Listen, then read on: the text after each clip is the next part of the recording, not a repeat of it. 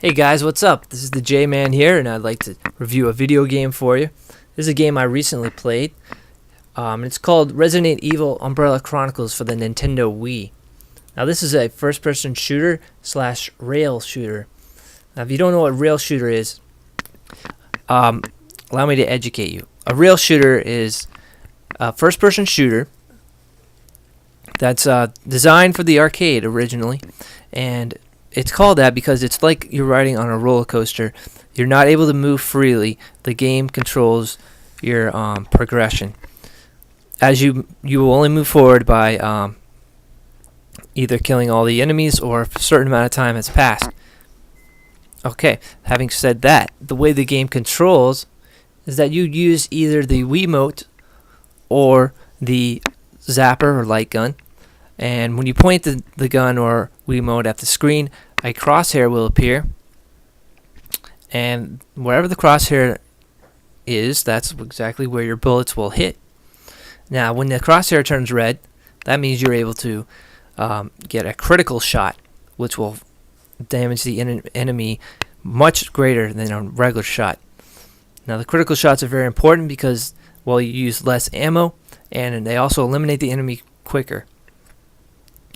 Alright, now the game has a pretty big difficulty factor.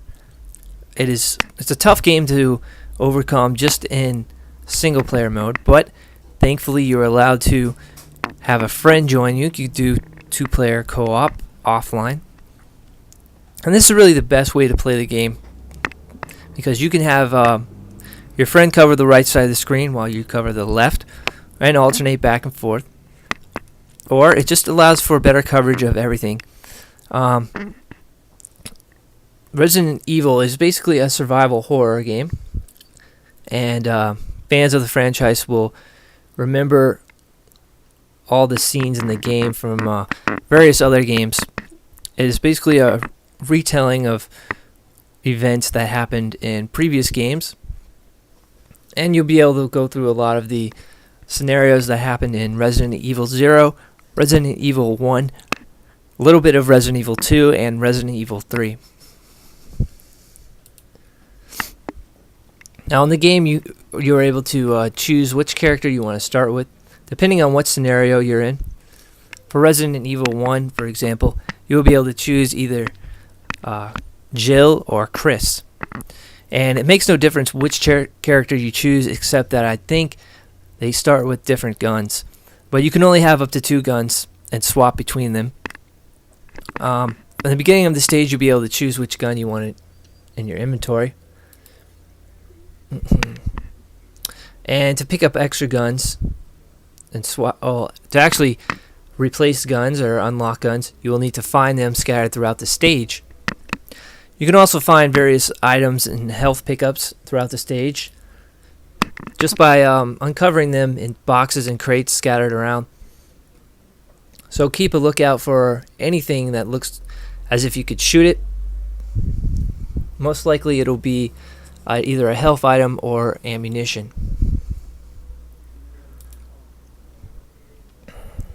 Now, some of the events and boss battles in Resident Evil have been left out of this game. The centipede boss from Resident Evil 0 is not there, but you will encounter familiar bosses like the scorpion on the train and the giant bat from the church tower, as well as the nemesis and the tyrant.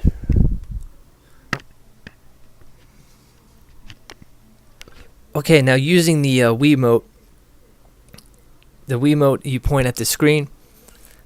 Pressing the A button or the trigger will allow you to fire. And using the nunchuck, you have the Z button, which will sometimes allow you to dodge.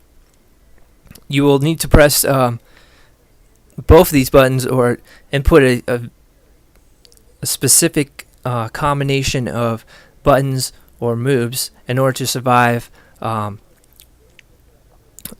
certain events. Like there will be an event that will happen. It'll prompt you on the screen exactly what buttons to press, and the timing is you got to be extremely dead on with the timing in order for it to work. If you don't do it right or you press the wrong combination, or both players, if you're playing two-player, both players have to do the exact same combination in order to survive. This leads to a lot of frustration. You'll have to repeat a lot of the stages, and unfortunately, that's the worst part of the game. But if you can overcome that, you can have a lot of fun with this game. It's kind of short though.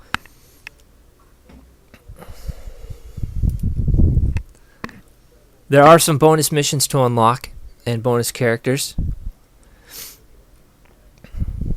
There's even a bonus mission that further develops the storyline of Resident Evil. And it takes place before Resident Evil 5, I believe. But all in all, this is a pretty good game. It's definitely worth a rental.